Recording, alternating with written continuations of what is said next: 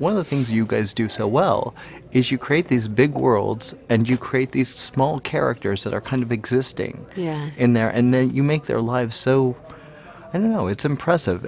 Now you're moving on to Mortal Engines. Why was Mortal Engines a choice to continue? The thing with Mortal Engines, even though it's a very different story to The Lord of the Rings, it's kind of written for the same audience because it's a vast work of imagination, but it's peopled with characters that feel really real. They're not superheroes, not that I have anything against superheroes. Love me a great superhero movie. but they are incredibly relatable because, they have to live by their wits. You can relate to them because you can imagine yourself in that situation. What would I do? How would I survive? And also that in the end, often, and it happens to be the case with Mortal Engines as it was with The Lord of the Rings, it's the least of us who turn out to be the bravest and the most heroic.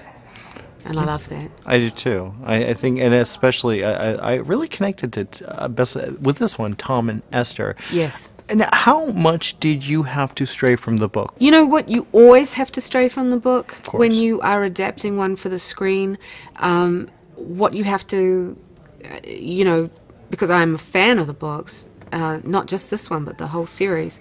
What you have to keep in your mind, though, is that you're making a film, and so it's going to change. It's got to be different. You've only got, 2 hours to tell the story in, and you have to make choices. So you have to make choices for the film, not for the book. Yeah. We try to keep in mind what is truthful and so compelling about the books that we've wanted to make it into a movie. But in the end, if you have to, you change stuff because it has to work as a film. And I think with Lord of the Rings, you knew exactly what you were dealing with, and you knew you had the three. The fan base and everything. With this one, do you write thinking, okay, we can cover this if we do make a sequel, if we move on? Was that ever a part of it, or were you just focused on that one? Oh, then I have to touch. Yeah. If this finds its audience, I think we have set up stuff in this if there was to be a sequel, because these books in this series just keep getting better and better.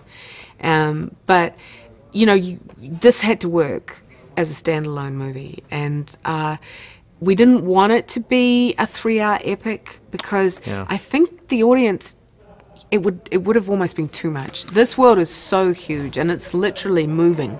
It's a freight train, and at the end of that freight train is a giant wall that it might smash into, and you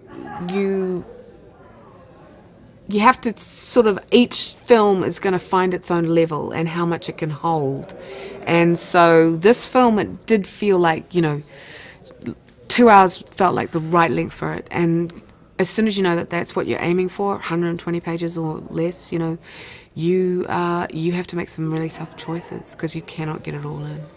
But there are some things in there that I hope, if we get to go back to this world, we'll just build on. This is the hard work. Setting it up is this is the hard work. And then it just gets better and better. And you know what you have to see, right? So the city of London's the only giant city, although you see a lot of other cool trading towns and scav towns in this movie. I want to see 2 giant predator cities going up against each other. From the filmmakers of The Lord of the Rings comes a groundbreaking new saga. After the war, resources ran out.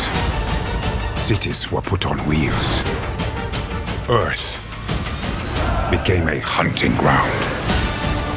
We have to stop London before it destroys us. You want to die? I'm gonna live. Do it! Mortal Engines in cinemas December 8.